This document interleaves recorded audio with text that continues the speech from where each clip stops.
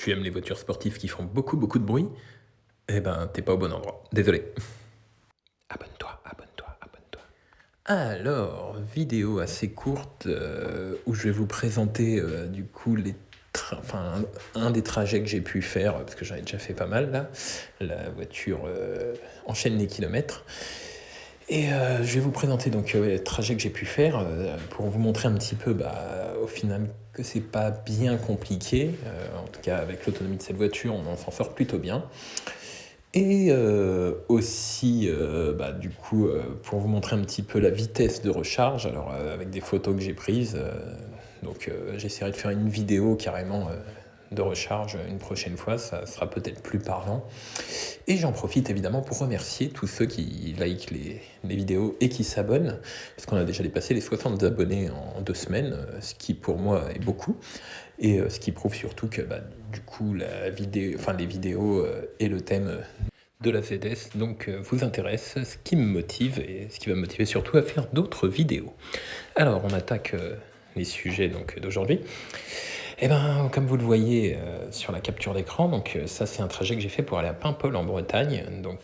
Comme vous le voyez, en fait, une recharge de 29 minutes suffit pour un trajet de 500 km. J'avoue, il n'y a pas que de l'autoroute, c'est-à-dire qu'une fois en Bretagne, on sort de l'autoroute, on va dire peut-être 80-90 km avant d'arriver à destination, donc on a 80-90 km de départemental et de national principalement. Mais ça reste quand même pour moi très très correct. Alors moi j'avoue, je fais un deuxième arrêt en fait, je suis pas cette préconisation là parce que pour moi c'est long de faire autant de trajets d'affilée tout simplement. J'aime bien faire une petite pause café de temps en temps et me dégourdir les jambes. Donc je prévois un deuxième arrêt sur Born-Unity, ce qui me permet du coup de faire une première pause plus courte tout simplement et d'avoir 2 pauses, ce qui est beaucoup plus pratique je trouve. Après chacun fait comme il le sent bien entendu. Donc là vous voyez, petit parcours que je me suis amusé à faire sur le retour, tout simplement j'étais tout seul, là j'avais laissé ma conjointe et ma fille en Bretagne, parce que moi je reprenais le travail malheureusement. Il faut bien reprendre un moment ou un autre. Et du coup, je m'étais amusé à ne pas passer par l'autoroute. Et comme vous le voyez, pareil, un seul arrêt. Et je vous laisse voir le temps que ça permet de conduire derrière. Alors c'était long, je vous le cache pas. Mais vous voyez le temps qu'on peut conduire derrière, l'autonomie a tenu le coup. Donc c'était plus un test pour voir si la voiture pouvait le faire, parce que la voiture peut le faire. Moi j'ai plus de mal à le faire, mais ça c'est un autre problème. Donc là ensuite, petite capture d'écran sur mon appli MG donc pour ma DCEV. On voit que je suis arrivé à midi 17 à 8%. J'ai mis à recharger donc. Et ensuite, on voit qu'à midi 33, j'étais à 42%. Donc malheureusement, j'ai pas pensé à filmer ou à prendre une capture d'écran arrivé au bout, en fait, tout simplement parce que je suis un boulet, que j'ai oublié. Et surtout que là, quand j'ai fait cette recharge-là, j'avais ma fille et ma conjointe avec moi, donc j'avais d'autres choses à faire. C'est pas toujours facile de prendre des photos, faire des vidéos quand on est avec sa famille. Mais bon, toujours est-il que ça permet de voir que en 16 minutes, tout simplement, j'ai rechargé 34%.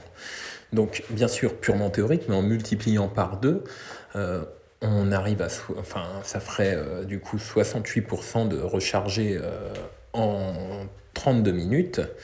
Et effectivement, c'est ce que j'ai remarqué, on s'en approchait. Donc ça fait un 10 à 80%, à peu près 35 minutes. Donc c'est pas toujours exact, bien entendu, surtout que ça dépend de beaucoup de paramètres comme la température qu'il fait, la borne sur laquelle on se trouve. Mais moi je trouve que pour un véhicule avec une batterie aussi grosse, à peu près 35%, 35 minutes pour le 10 à 80%, c'est plutôt pas mal du tout.